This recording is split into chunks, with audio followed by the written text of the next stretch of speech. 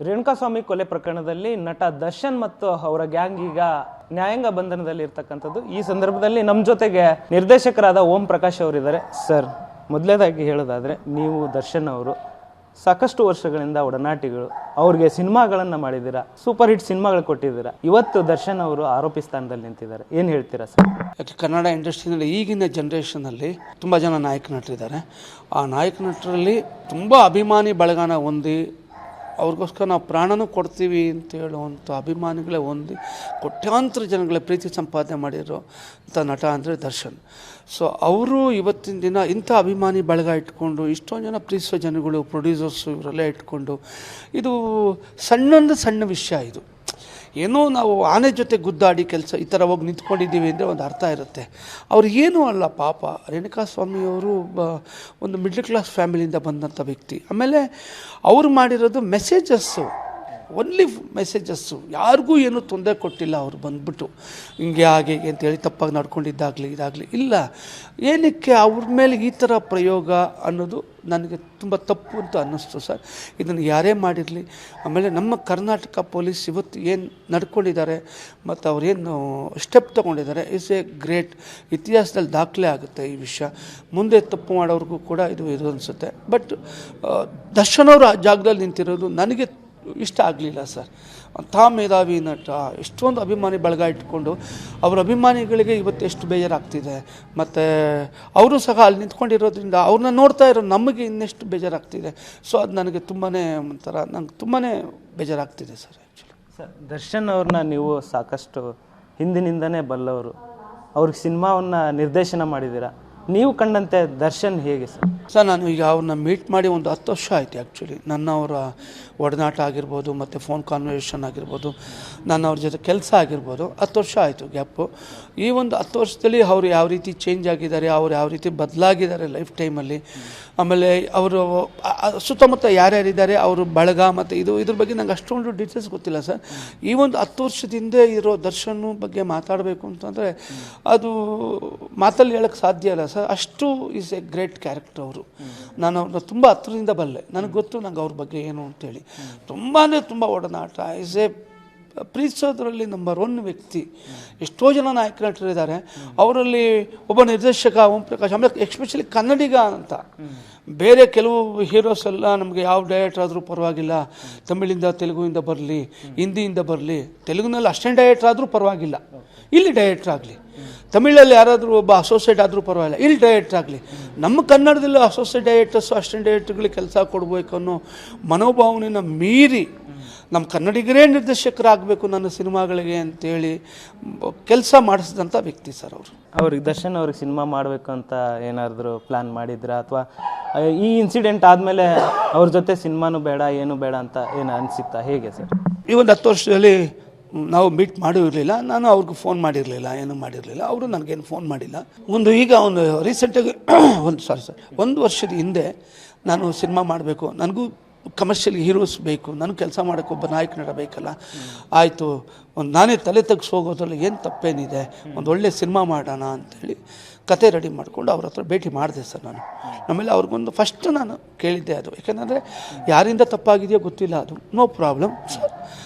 ನನ್ನಿಂದ, ಯಾಕೆಂದರೆ ಒಬ್ಬ ಕಲೆಗಾರನಿಗೆ, ಒಬ್ಬ ಕೆಲಸಗಾರನಿಗೆ ಬೆಲೆ ಕೊಡಬೇಕು ಅನ್ನೋ ಉದ್ದೇಶದಲ್ಲಿ ನಾನೇ ಅವ್ರಿಗೆ ಸಾರಿ ಕೇಳಿದೆ. ಸರ್, ನನ್ನಿಂದ ಏನೇ ತಪ್ಪು ನಿಮ್ಗೆ ಅನಿಸಿದರೆ, ನಿಮ್ಮ ಮನಸ್ಸಿಗೆ ಬಂದಿದ್ದರೆ ದಯವಿಟ್ಟು ನನಗೆ ಕ್ಷಮಿಸಿ ಸರ್.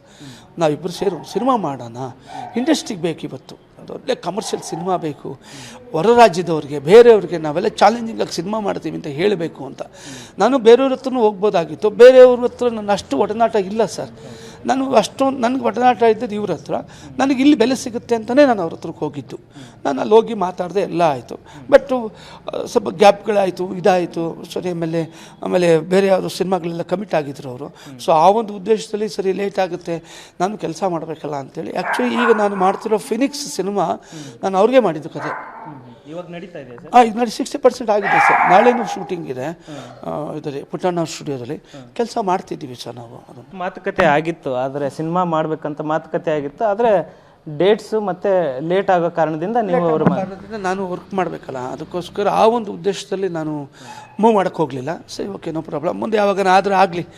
ಅದೇನು ತೊಂದರೆ ಇಲ್ಲ ಅಂತೇಳಿ ಸುಮ್ಮನೆ ಅದೇ ಅಷ್ಟೇ. ಪ್ರಸಕ್ತ ಒಂದು ಘಟನೆ ನಡೆದಿರ್ತಕ್ಕಂಥದ್ದು ಇಡೀ ಕರ್ನಾಟಕ ಅಲ್ಲ, ಇಡೀ ಭಾರತದಲ್ಲೇ ಇದೊಂದು ಕುಕೃತ್ಯ ಅಂತಲೇ ಇದಾಗಿರ್ತಕ್ಕಂಥದ್ದು. ಈ ಒಂದು ಘಟನೆ ಬಗ್ಗೆ ರೇಣುಕಾಸ್ವಾಮಿ ಅವರ ಒಂದು ಕುಟುಂಬದವ್ರ ಬಗ್ಗೆ ಏನು ಹೇಳಕ್ಕೆ ಇಷ್ಟಪಡ್ತೀನಿ?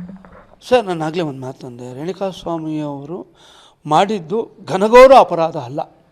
ಏನೋ ಅವ್ರಿಗೆ ತಲೆ ಕೆಟ್ಟು ಮಾಡಿರ್ಬೋದು, ಇಲ್ಲ ಗೊತ್ತಿಲ್ಲದೆ ಮಾಡಿರ್ಬೋದು, ಇಲ್ಲ ಬೇಕು ಅಂತಲೇ ಮಾಡಿರ್ಬೋದು. ಅದಷ್ಟು ಮೆಸೇಜಸ್ ಅಷ್ಟೇ, ಪ್ರಾಕ್ಟಿಕಲಾಗಿ ಏನೂ ನಡೆದಿಲ್ವಲ್ಲ.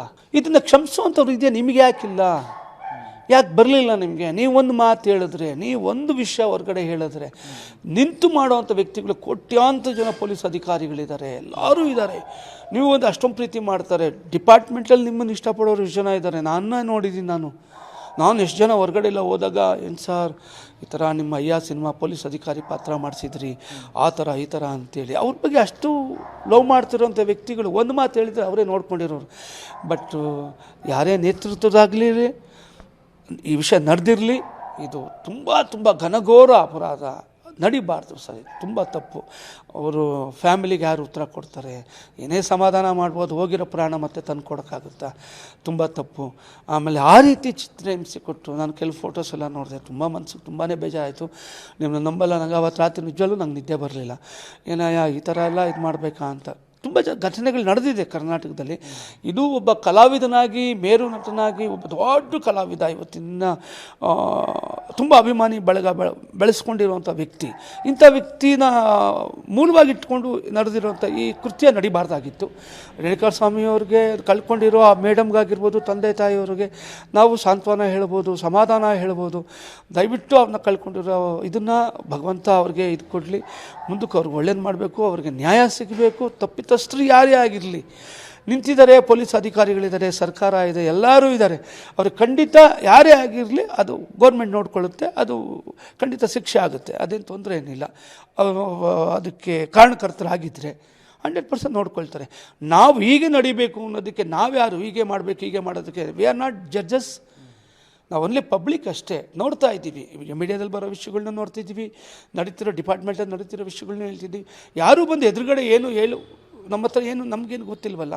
ಸೊ ಈ ಒಂದು ವಿಷಯದಲ್ಲಿ ಆರೋಪಿ ಸ್ಥಾನದಲ್ಲಿ ನಿಂತಿದ್ದಾರೆ ಅವರು. ಅದು ನಮಗೂ ತುಂಬಾ ಬೇಜಾರಾಗುತ್ತೆ. ಸೊ ಮುಂದೆ ಅದಾಗಲಿ. ಬಟ್ ಗೌರ್ಮೆಂಟು ಮತ್ತು ಜಡ್ಜಸ್ಸು ಮತ್ತು ಲಾ ಇದೆ, ಅದನ್ನು ಪೊಲೀಸ್ ಎಲ್ಲ ನೋಡ್ಕೊಳ್ತಾರೆ ಸರ್, ಅಷ್ಟು.